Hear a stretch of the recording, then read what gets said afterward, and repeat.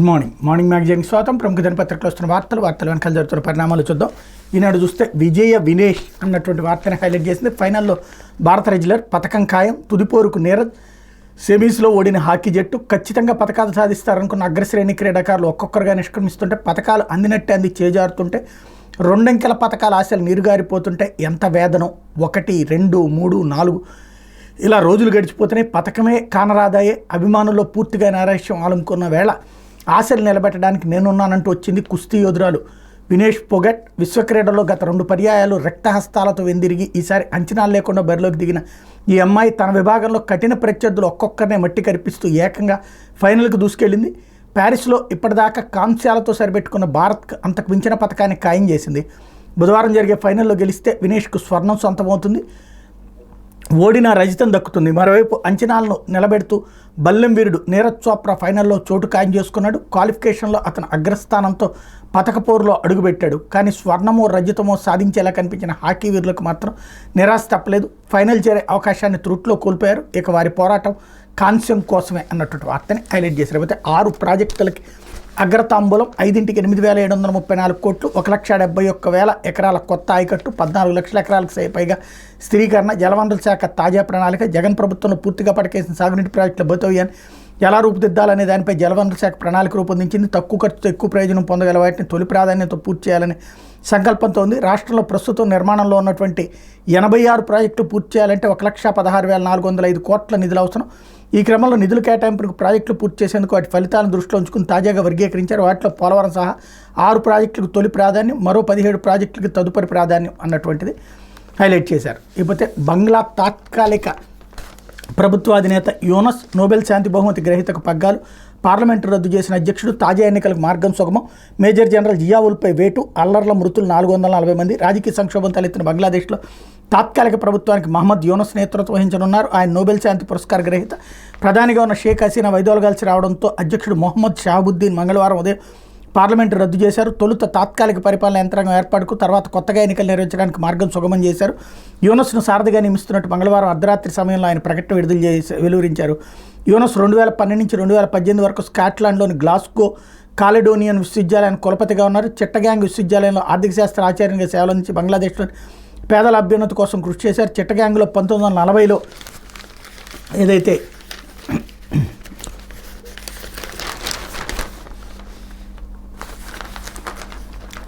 జన్మించిన ఆయన ఓ సామాజిక కార్యకర్త, బ్యాంకర్, ఆర్థికవేత్త. మైక్రో ఫైనాన్స్ బ్యాంకు ద్వారా 1,00,000 మంది ప్రజలను పేదరికం నుంచి బయటపడేసిన ఘనత సాధించారు. అందుకు 2006లో నోబెల్ శాంతి బహుమతి అందుకున్నారు. అనేక ప్రతిష్టాత్మక అవార్డులు పొందారు. పార్లమెంటును రద్దు చేయాలని బంగ్లాదేశ్లో ఉద్యమకారుల ప్రధాన డిమాండ్. తాత్కాలిక ప్రభుత్వ సారథి పేరును వాళ్లే ప్రతిపాదించారు. సైనిక సర్కారును, సైన్యం మద్దతు ఉండే మరేదైనా సర్కారును అంగీకరించేది లేదని స్పష్టం చేశారు. హసీనా సర్కార్తో ఘర్షణ పడినందుకు యూనస్పై కొన్ని డజన్ల కేసులు నమోదయ్యాయి. ఒక కేసులో 6 నెలలు జైలు శిక్ష పడింది. తన దేశం ప్రజల కోసం ఎలాంటి బాధ్యతలైనా తీసుకుంటానని యూనస్ చెప్పారు. దేశంలో స్వేచ్ఛాయుత ఎన్నికలు జరగాలని పిలుపునిచ్చారు. హసీనా వైదొలగడంతో దేశానికి 2వ సారి విముక్తి లభించిందని వ్యాఖ్యానించారన్నట్టు వార్తని హైలైట్ చేశారు. అయితే 10 రోజుల్లో తొలి విడత నామినేటెడ్ పోస్టులు. పనితీరు, సమర్థత ఆధారంగా ఎంపిక. మిత్రపక్షాలకు 18 నుంచి 20% పోస్టులు. సీఎం చంద్రబాబు విస్తృత కసరత్తు. నామినేటెడ్ పదవుల కోసం ఎదురు చూస్తున్న ఆశావహులకు త్వరలోనే శుభవార్త అందబోతుంది. నామినేటెడ్ పదవుల భర్తీపై ముఖ్యమంత్రి చంద్రబాబు చేస్తున్న విస్తృత కసరత్తు దాదాపు తుదశకు వచ్చింది. మరో వారం 10 రోజుల్లో తొలి విడత భర్తీ ప్రక్రియ చేపట్టబోతున్నారు. ఎన్డీఏ మిత్రపక్షాలను జనసేన, బీజేపీలకు 18 నుంచి 20% పోస్టులు కేటాయించబోతున్నారు అన్నటువంటి వార్తను హైలైట్ చేశారు. మొన్న మధ్యన ఆంధ్రజ్యోతి రాసిన వార్తకి ఇప్పుడు ఈ వార్తకి కంప్లీట్ తేడా ఉంది. అట్లాగే పవన్ కళ్యాణ్ నాడు చెప్పిన మాటకి ఈ వార్తకి కంప్లీట్ తేడా ఉంది. చంద్రబాబు గారితో పొత్తు సందర్భంగా పవన్ కళ్యాణ్ ఆయన పక్కన కూర్చుని చెప్పినటువంటిది, మనం 21తో సర్దుకున్నాం అంటే మనం 100% స్ట్రైక్ రేట్ సాధించాలని. అదే సందర్భంలో రాబోయేటటువంటి 10 ఏళ్ల మన పొత్తు ఉంటుంది. 33% సీట్లు ప్రతి దాంట్లో కూడా మనం 33% తీసుకోబోతున్నాం. ఇది మనం ఫిక్స్ చేసుకున్నాం. రాష్ట్ర ప్రజల కోసం మనం త్యాగాలు చేయాలి అని చెప్పుకొచ్చారు. 33% ఖచ్చితంగా ఒప్పుకున్నారు చంద్రబాబు అని. ఆ రోజు చంద్రబాబు ఏం మాట్లాడలేదు. ఇవాళ చూస్తే మొన్న ఏదైతే జ్యోతి రాసిన దాని ప్రకారం చూస్తే జనసేన గెలిచిన చోట్ల 50% వాళ్ళకి, మిగతా వాళ్ళకి 30% మన తెలుగుదేశానికి, 35%, 15% బీజేపీకి ఈ టైపులో. అట్లాగే తెలుగుదేశం గెలిచిన చోట 50% వాళ్ళకి, జనసేన వాళ్ళకి 30%, బీజేపీకి 20% ఈ టైపులో రాసుకొచ్చారు. ఇప్పుడు సీన్ కట్ చేస్తే బీజేపీకి, జనసేనకి ఇద్దరికి కలిపి 18 నుంచి 20% పోస్టులు అంటే అప్పుడు బీజేపీకి 2 వస్తాయో 3 వస్తాయో తెలియదు. వీళ్ళకి 15 వచ్చేటటువంటి పరిస్థితి కనబడుతుంది. అంటే 33% అన్నటువంటిది పక్కకి వెళ్ళింది అన్నటువంటి విషయం ఇవాళ ఈనాడు వార్త ద్వారా తెలుస్తుంది. మరి దీనికి ఏంటి అన్నటువంటి చూడాలి. ఇకపోతే ఎస్బీఐ చైర్మన్గా తెలుగు తేజం చల్లా శ్రీనివాసులు శెట్టి నియామకానికి కేంద్రం ఆమోదం. దేశంలోని అతిపెద్ద బ్యాంక్ అయిన state bank of India SBI చైర్మన్గా తెలుగు వ్యక్తి చల్లా శ్రీనివాసులు శెట్టిని కేంద్ర ప్రభుత్వం మంగళవారం నియమించింది. బ్యాంకులో సీనియర్ మేనేజింగ్ డైరెక్టర్ ఈయనే. ప్రస్తుతం చైర్మన్ దినేష్ కుమార్ ఖారా ఈ నెల 25న పదవి విరమణ చేయనుండగా అదే రోజు శ్రీనివాసులు బాధ్యతలు చేపడతారన్నట్టు వార్తని హైలైట్ చేసింది. ఇకపోతే 10 నాణ్యం వద్దు అనొద్దు. 10 రూపాయల నాణ్యానికి పెద్ద కష్టం వచ్చింది. ఎందుకు మొదలైందో ఎలా మొదలైందో తెలియదు కానీ 10 రూపాయల నాణ్యం చల్లదన్న అపోహ ప్రజల్లో ప్రబలింది. ఆ దుష్ప్రచారాన్ని తిప్పుకొట్టేందుకు కొన్నేళ్లుగా భారతీయ రిజర్వ్ బ్యాంకు ప్రయత్నం చేస్తుంది.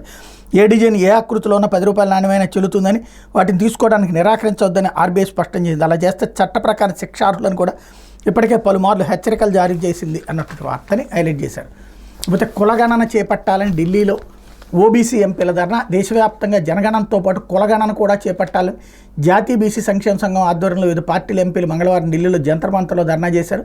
ఇందులో రాజ్యసభ సభ్యులు ఆర్ కృష్ణయ్య, బేద మస్తానరావు, గొల్లబాబురావు, లోక్సభ సభ్యులు కలిశెట్టి అప్పలనాయుడు, బస్తిపాటి నాగరాజు, మల్లు రవి, మాజీ ఎంపీ వి హనుమంతరావు తదితరులు పాల్గొన్నారు. ఓబీసీలకు న్యాయం చేసేందుకు దేశవ్యాప్తంగా కులగణన చేపట్టడంతో పాటు చట్టసభలో బీసీలకు 50% రిజర్వేషన్లు కల్పించేందుకు వీలుగా బీసీ బిల్లు పెట్టాలని డిమాండ్ చేశారు. ప్రైవేట్ రంగంలో ఎస్సీ, ఎస్టీ, ఓబీసీలకు రిజర్వేషన్లు కల్పించాలని కోరారు. విద్యా ఉద్యోగాల్లో బీసీ రిజర్వేషన్లకు 56%, పంచాయతీరాజ్ సంస్థలు 50% పెంచాలని డిమాండ్ చేశారు.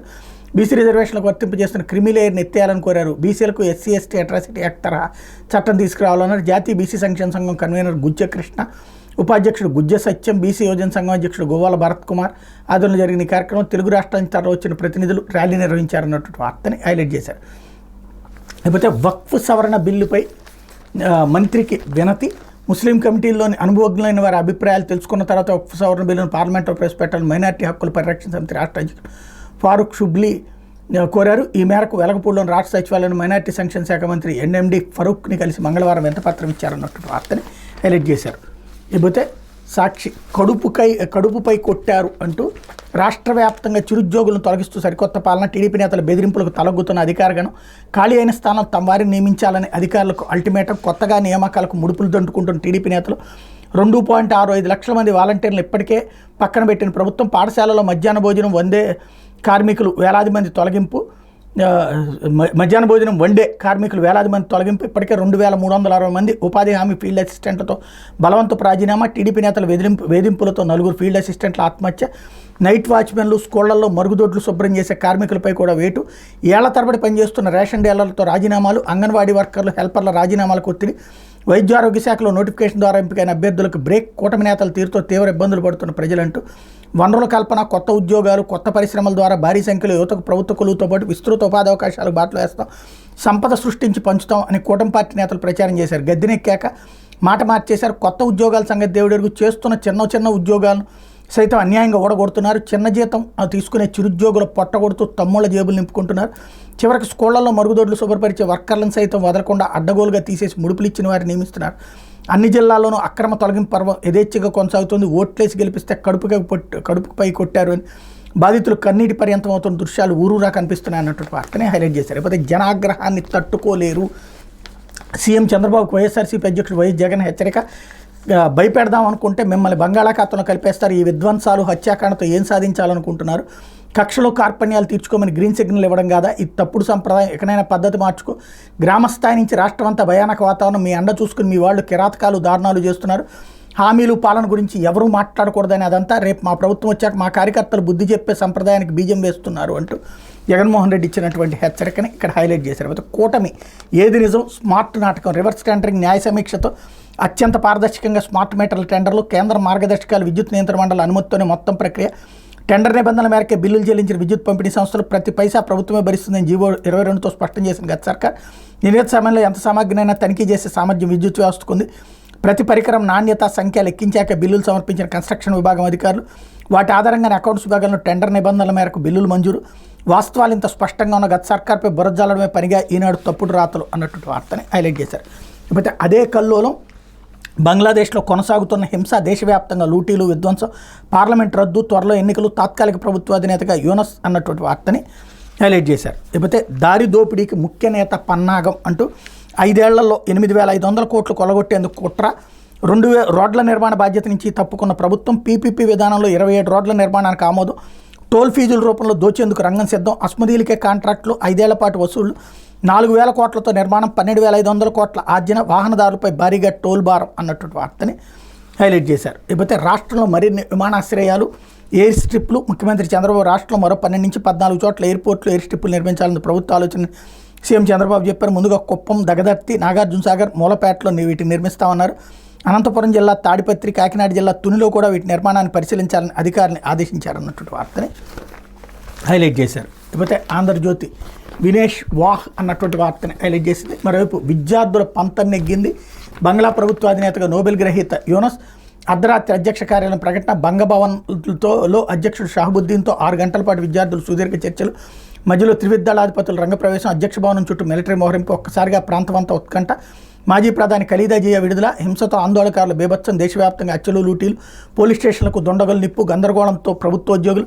కల్లోలం వెనక విదేశీయాస్తం. అమెరికా కుట్ర. ఖలీదా కుమారుడు పాక్తో కలిసి పన్నిన వ్యూహం. బంగ్లాదేశ్లో ప్రభుత్వ ఏర్పాటుపై ఉత్కంఠ వీడింది. నోబెల్ అవార్డు గ్రహీత మహమ్మద్ యూనస్ను తాత్కాలిక ప్రభుత్వాన్ని ఎదుగా దేశాధ్యక్షుడు మహమ్మద్ షాబుద్దీన్ ప్రకటించారు.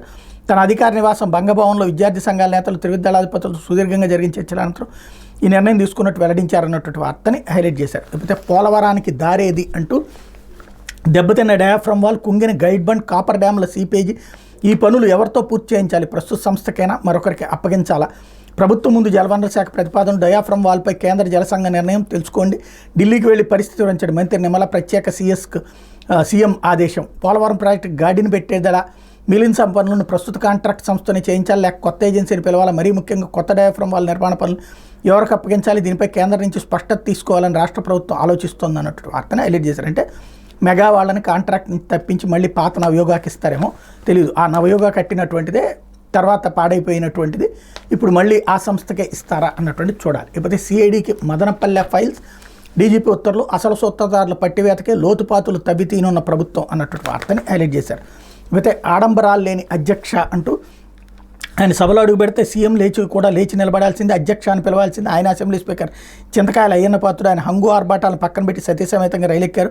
మంగళవారం కాకినాడ జిల్లా తుని రైల్వే స్టేషన్లో సాధారణ ప్రయాణికుల్లో గోదావరి ఎక్స్ప్రెస్ కోసం ఎదురు చూస్తూ కూర్చున్నారు. ఆయన చుట్టూ పార్టీ నేతలు, అనుచరులు ఎవరూ కనిపించలేదు. భద్రతా సిబ్బంది ముందుగానే రోడ్డు మార్గంలో విజయవాడ వెళ్ళినట్టు తెలిసిందన్నట్టు వార్తని హైలైట్ చేశారు. అయితే కన్నీటి కలబోత చేనేత అంటూ నేతన్నల వెతలు పట్టించుకొని గత వైసీపీ సర్కార్ 4.5 లక్షల మందిలో 81,000 మందికి నేతన్న నేస్తం. ఆప్కోను ప్రక్షాళన చేస్తామన్న హామీలకు జగన్ నీళ్లు. విద్యార్థులు యూనిఫామ్ పొరుగు రాష్ట్రాల కొనుగోలు. కమిషన్ల కోసం తాడేపల్లి పెద్దల సిఫారసుతో కోట్ల మీటర్ల వస్త్రానికి వైసీపీ సర్కార్ ఆర్డర్లు. నగర్ నుంచి నాసిరకం వస్త్రం సరఫరా. 16 కోట్ల బిల్లు మంజూరులో. మాజీ మంత్రి రోజా పాత్ర. సీఎం చంద్రబాబు చేయూత కోసం నేతన్నల నిరీక్షణ అన్నటువంటి వార్తని హైలైట్ చేశారు. అయితే విచ్చుకుంటున్న కొత్త రెక్కలు. కుప్పం, దగదర్తి, సాగర్, మూలపేటలో విమానాశ్రయాలు కక్షపూర్తిగా నాటి ఆపేసిన ప్రాజెక్టులను పట్టాలెక్కించాలి. ఆగిపోయిన పోర్టులు, ఫిషింగ్ హార్బర్లకు పూర్తి చేయాలి. పెట్టుబడులు, మౌలిక సదుపాయాల శాఖపై సీఎం సమీక్ష. ఏపీలో యూట్యూబ్ అకాడమీ అన్నటువంటి వార్తని హైలైట్ చేశారు. లేకపోతే కోర్టు తలుపులు తడతాం, కక్షలు తీర్చుకోవడానికి గ్రీన్ సిగ్నల్ ఇచ్చారు జగన్. రాష్ట్రంలో హింసాత్మక పరిస్థితులను దేశం దృష్టికి తీసుకెళ్లడంతో పాటు హైకోర్టు, సుప్రీంకోర్టులు తలుపులు తడతామని మాజీ సీఎం వైసీపీ అధ్యక్షుడు వైఎస్ జగన్ వ్యాఖ్యానించారు. ఎన్టీఆర్ జిల్లా జగ్గైపేటలో అల్లరి మొక్కల దాడిలో గాయపడి విజయవాడ సన్ రైజ్ ఆసుపత్రిలో చికిత్స పొందుతున్న వైసీపీ నేతలు గింజుపల్లి శ్రీనివాసరావు, డేరంగుల గోపి, దేవిశెట్టి రామకృష్ణ ఆయన మంగళవారం పరామర్శించారు. ప్రజల్లో భయాందోళన కలిగించడానికి దాడులు చేస్తున్నారని, కక్షలో కార్పణ్యాలు తీర్చుకోవడానికి గ్రీన్ సిగ్నల్ ఇచ్చారని కూటమి ప్రభుత్వాన్ని విమర్శించారు. ప్రస్తుతం జరుగుతున్న తప్పుడు సంప్రదాయమని, ఈ ప్రభుత్వం చాలా వేగంగా తుడిచిపెట్టుకుపోతుందని జోస్యం చెప్పారు. మళ్ళీ అధికారంలోకి వచ్చినప్పుడు తాను వద్దన్న కార్యకర్తలు, టీడీపీ కార్యకర్తలకు బుద్ధి చెప్తారని వ్యాఖ్యానించారు. ఇలాంటి పరిస్థితుల్లో రాష్ట్రపతి పాలన ఎందుకు విధించకూడదు? త్వరలో గవర్నర్ని కలిసి పరిస్థితిని వివరిస్తామని, ఆయన చూసి చూడనట్టు వివరించకుండా చర్యలు తీసుకోవాలని కోరారు. జగన్ శుక్రవారం నంద్యాల వెళ్తున్నారు. అక్కడ ఇటీవల హత్యకు గురైన వైసీపీ కార్యకర్త సుబ్బారాయుడు కుటుంబ సభ్యులు పరామర్శించనున్నారు. కాగా జగన్ గురువారంలో విశాఖ స్థానిక సంస్థల ప్రజాప్రతినిధులతో భేటీ కానున్నారు. స్థానిక సంస్థల ఎమ్మెల్సీ ఉప ఎన్నికల్లో వైసీపీ అభ్యర్థి మాజీ మంత్రి బొత్స సత్యనారాయణకు సంపూర్ణంగా మద్దతు ఇవ్వాలని కోరబోతున్నారు. 800 మందికి పైగా స్థానిక ప్రజాప్రతినిధులు, వైసీపీకి 600 మందికి పైనే ఉన్నారు. వీరిలో పలువురు టీడీపీ కుటుంబం వైపు మొగ్గు చూపుతున్నట్టు పెద్ద ఎత్తున వార్తలు వస్తున్నాయి. తిరుగులేని బలం ఉన్న చోట కూడా ఓడితే తలవంపులు తప్పని వైసీపీ వర్గాలు అంటున్నాయి అన్నటువంటి వార్తని హైలైట్ చేశారు. లేకపోతే 81 ఏళ్ల అవ్వపై 50 లక్షల పరువు నష్టం దావా. వైసీపీ భూ కబ్జాపై సిసోడియాకు అవ్వ ఫిర్యాదు. పరువు తీసిందంటూ లాయర్తో నోటీసు ఇప్పించిన నేత. న్యాయం కోసం మదనపల్లి సబ్ కలెక్టర్ వద్దకంటూ అన్నమయ్య జిల్లా మదనపల్లి సబ్ కలెక్టర్ కార్యాలయం గేటు వద్ద దీనంగా కూర్చున్న 8 పదుల వయసున్న ఈ ముసలవ్వ పేరు సుబ్బమ్మ. చెవులు సరిగా వినబడవు, కనీసం మాటలు కూడా స్పష్టంగా మాట్లాడేది. అయినా అవ్వపై స్థానిక వైసీపీ నేత తన లాయర్తో 50 లక్షల పరువు నష్టం దావా వేయించారు. దీంతో తన మనవడు నాగేశ్వరం, మనవరాలు లక్ష్మీదేవి సాయంత్రం మంగళవారం మదనపల్లి సబ్ కలెక్టర్ కార్యాలయం వద్దకు సుబ్బమ్మ వచ్చారు. వారు తెలిపిన కథనం ప్రకారం అన్నమయ్య జిల్లా గుర్రంకొండ మండలం అమిలేపల్లి గ్రామం శ్రీనివాసపురానికి చెందిన రామయ్య భార్య సుబ్బమ్మకు అదే గ్రామంలో ఖాతా నెంబర్ 716లో 3.15 ఎకరాల పట్టా భూమి ఉంది. ఆ మనవడు నాగేశ్వర ఆ భూమిని అదే గ్రామానికి చెందిన ఎంపీపీ కుమారుడు వైసీపీ నేత యోగేంద్ర వద్ద పాస్ పుస్తకాలు కుదవపెట్టి ₹1,50,000 అప్పు తీసుకున్నాడు. కొన్ని నెలల తర్వాత అప్పుకు వడ్డీ వేసి రుణం తీర్చేశాడు. అయినా అవ్వ పేరిట ఉన్న పాస్ పుస్తకాలను యోగేంద్ర ఇవ్వలేదు. సుబ్బమ్మ పేరిట ఉన్న పాస్ పుస్తకాలను వేరొకరి పేరిట మ్యూటేషన్ చేయించేశారు. ఇటీవల మదనపల్లి సబ్ కలెక్టరేట్లో ఫైళ్లు తగలబడిపోవడం, మాజీ మంత్రి పెద్దిరెడ్డి అనుచరుల భూదందాలు ఈ సందర్భంగా చర్చకు రావడం తెలిస్తే వారి బాధితుల నుంచి revenue special chief secretary Sisodia sub collector వద్ద 2 రోజుల పాటు వినతులు స్వీకరించగా సుబ్బమ్మ సైతం ఫిర్యాదు అందించారు. అనంతరం అక్కడే న్యూస్ ఛానల్కి తమకు జరిగిన అన్యాయాన్ని వివరించారు. నేపథ్యంలో సోమవారం సుబ్బమ్మకు, లక్ష్మీదేవికి, నాగేశ్వరరావు మరో ఇద్దరికి లాయర్ నోటీసులు వచ్చాయి. తమ క్లయింట్కి పరువు నష్టం కలిగించే విధంగా ఆరోపణలు చేశారు. దీనికి 50 లక్షల పరువు నష్టం చెల్లించాలనేది ఆ నోటీసులు సారాంశం అన్నటువంటి వార్తని హైలైట్ చేశారు. ఇది దినపత్రికలో వచ్చినటువంటి వార్తలు వెనకాల జరుగుతున్న పరిణామాలు.